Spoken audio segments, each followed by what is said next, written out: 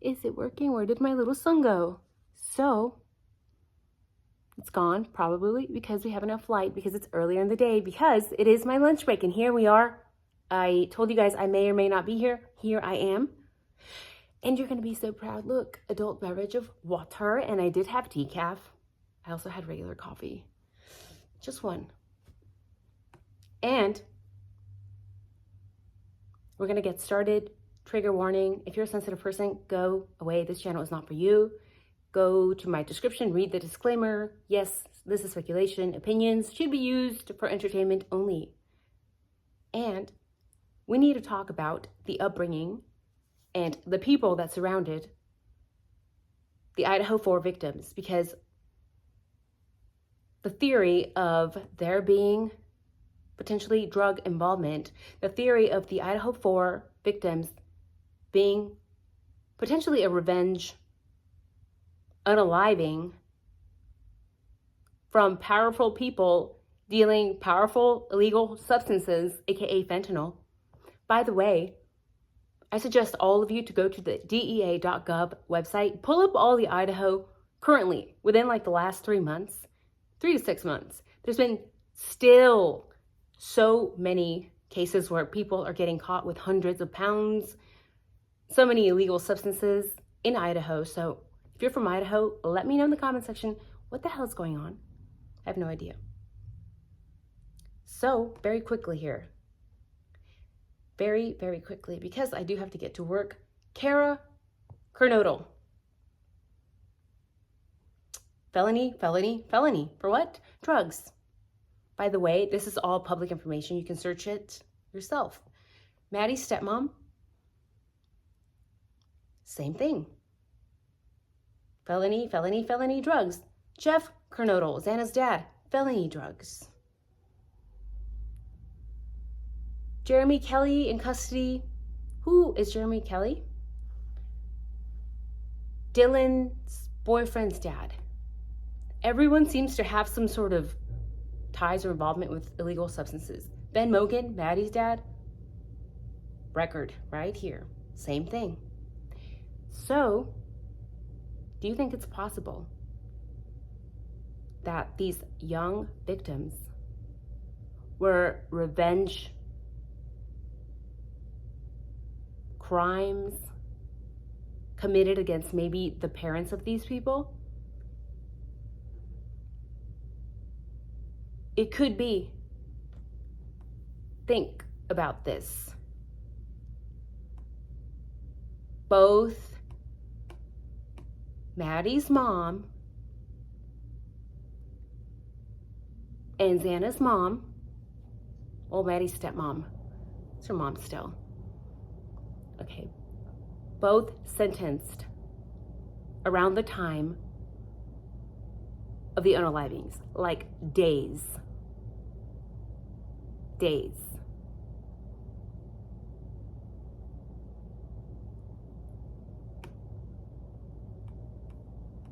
I just find it strange because when you look up the records, these were not minor felonies, guys. Look these up. These are pretty large crimes, some up to 25 years potentially in the prison system. Imagine 25 years. That's just for one felony. Imagine the years they could each do, okay? So, Maddie's stepmom was sentenced on November 7th, 2023. Kernodle's sentence was November 17. And their sentences were allegedly heavily reduced. Now, to get these massive felony crimes reduced, in my opinion, you need to talk. You better dish out some good information to LE, or you're gonna probably rot in jail. Is it possible that these two females, mother, stepmother, gave away information, talked to Ellie, maybe gave out names of higher people that they were dealing for.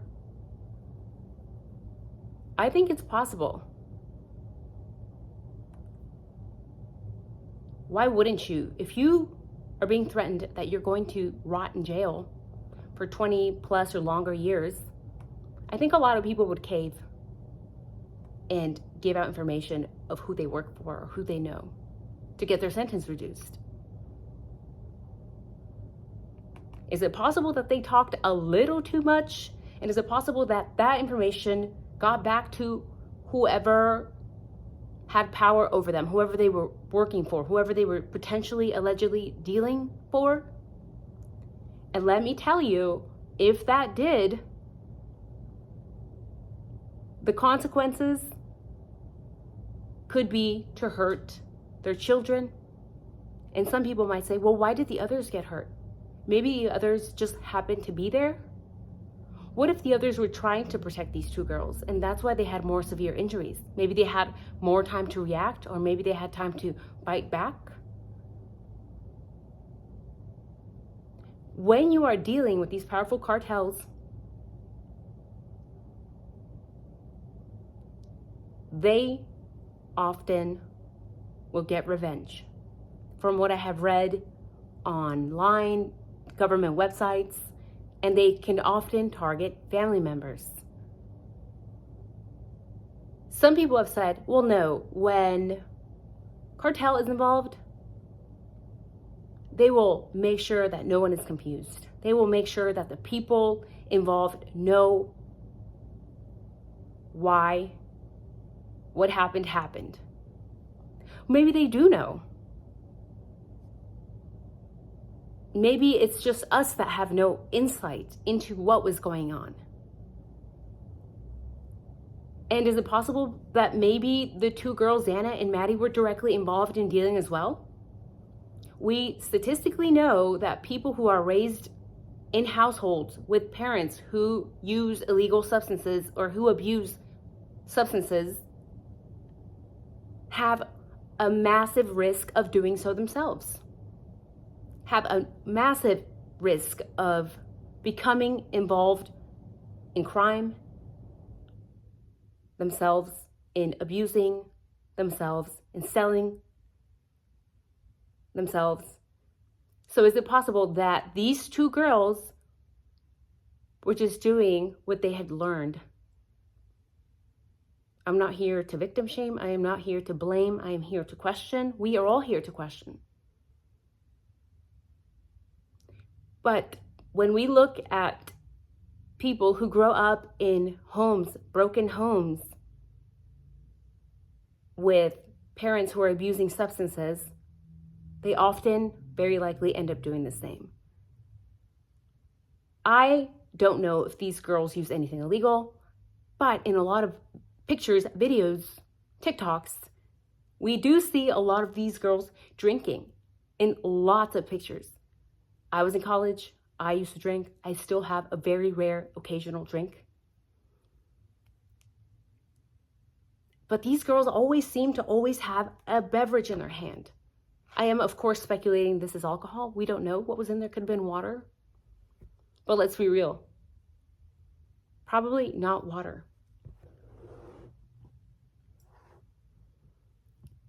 Is it possible that these two young girls got caught up in something that their parents were involved in?